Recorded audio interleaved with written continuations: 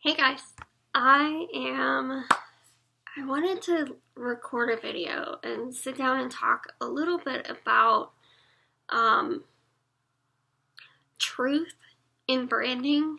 And you hear these buzzwords all the time, like authenticity and um, unique and uh, be yourself and all of that. But what does that mean?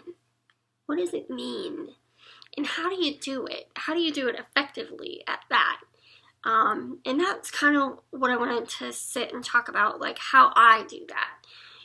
A lot of people have methods for being authentic or, putting themselves into their branding. But I wanted to talk about my own process in this, and in particular, 3 questions that I ask myself every time I do anything with my branding, every time I do anything with my a post or whether it be a blog post or a Facebook post. I kind of try to plan these things out and really sit with myself and talk with myself and talk myself through it in particular. And try to really, really narrow down what it is that I am promoting and why. And this seems to be a really big topic around the water cooler right now, and I think it's really, really important because with so many different brands and so many different coaches out there, coaching is the new thing. So to be able to identify yourself individually from someone else, it's really important. For instance, when I was going through a rebranding, and I'm like, I know I want to change my name because Amber Slocum Consulting did absolutely nothing. Like it was very boring, very dull. It didn't signify who I was or what I was trying to accomplish. And on top of that, I didn't feel like there was room for expansion with that word. Consulting just didn't really resonate with me. And so I had to come up with something else. And as I was going through that whole process, I found a name that I really liked. Somebody had offered some suggestions, and one of them was like, I really love that, and I love this particular symbol. And then when I said that, people were like, oh, well, be careful that you're not modeling it after this person or this person or this person. And so I started looking into these brands and to make sure that I wasn't, in fact, copying, because that was the last thing I wanted to do. And what I realized was that not only were these people doing something completely different than myself, but it also, I sat and I really thought about, hang on, that's distracting as all hell. I really sat and thought about, okay, why am I using this terminology? Why am I using that symbol? What is the purpose of that? And in doing that, I realized a lot about myself. So the first question I asked was, am I using this word because someone else used it, or because I heard the word and it resonated somewhere deep within me? Meaning, do I feel it in my core? Like some people, if you're into chakras, you call that your solar plexus. So am I feeling this in my core, or is it just something that I'm doing just because I've seen it from somebody else and I like what they were doing? So that's kind of something that you really want to think about. And the next one, this one's really, really, really important. For me, stories sell, right? Everybody says that. Stories sell. So can I tell a personal life story that explains why I'm using this particular symbol, this particular color, or this word? Okay? For me, in Amber and Company, the reason I use the ampersand is, one, it's my favorite it just looks cool. I really like it, the way it looks. And then on top of that, it's the meaning of what it means. So looking back in history, it was basically a shortened symbol, and they combined letters to create this ampersand, which is actually called something else, turns out. And the beautiful thing about it was it symbolized moving forward. It symbolized movement. So Amber and company, meaning I'm moving into something greater. I'm moving into something bigger than me, which is what I want for my brand.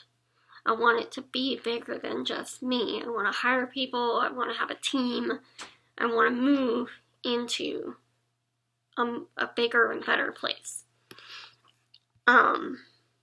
And I can tell you why I use Fireside Chats as my coaching name for my coaching sessions. They're called Fireside Chats because every single truly amazing conversation and truly connected and worthwhile conversation I've ever had was sitting in front of a fire, whether it was a campfire or in a fireplace or, you know, something like that. And then it reminds me of FDR and his Fireside Chats that he used to do, where he would get on and talk about the state of the country and how things were.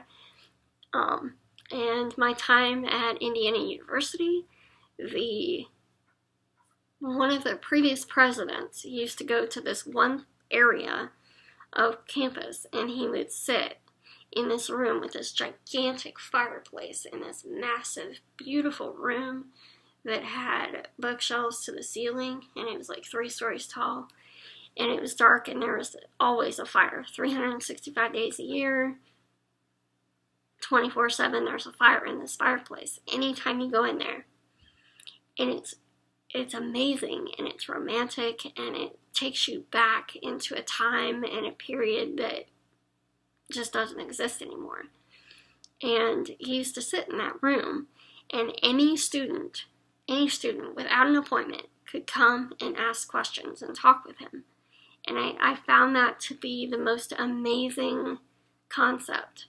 And it just really, and I remember that was like, I don't know, that was the first place, or second place I went to college, so 2004.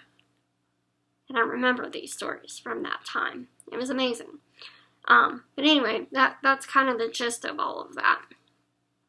And the third, and one of the more important questions I ask myself is, if I sit on this idea, will it still resonate with me tomorrow, the following day, and the day after that?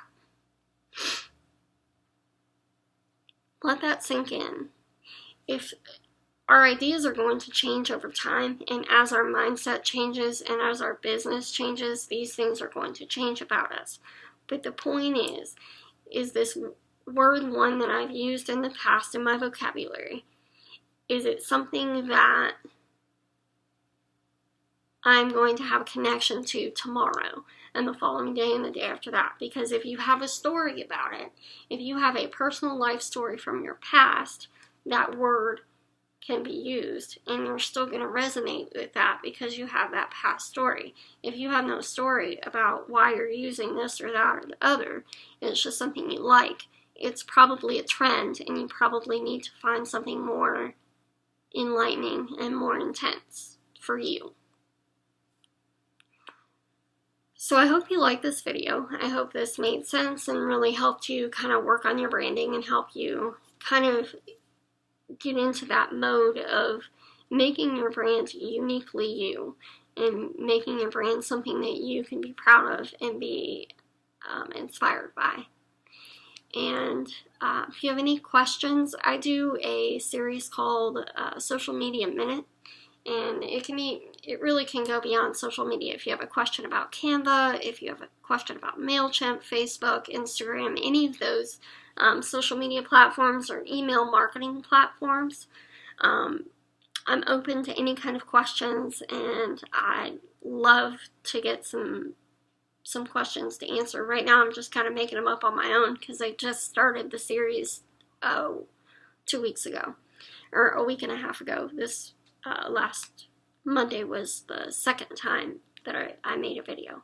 Anyway, submit those questions, and you can check out my website at www.amberslocum.com.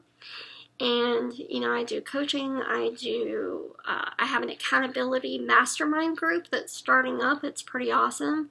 Got quite a few people in that, and we're going to do weekly, monthly, or weekly, bi-weekly, and monthly meetings, depending on what your budget is and depending on what your needs are. So check that out. All the information is on my website, and I hope you guys have an amazing day. Make it a great day, and don't forget, you can always change your story. Have a good one.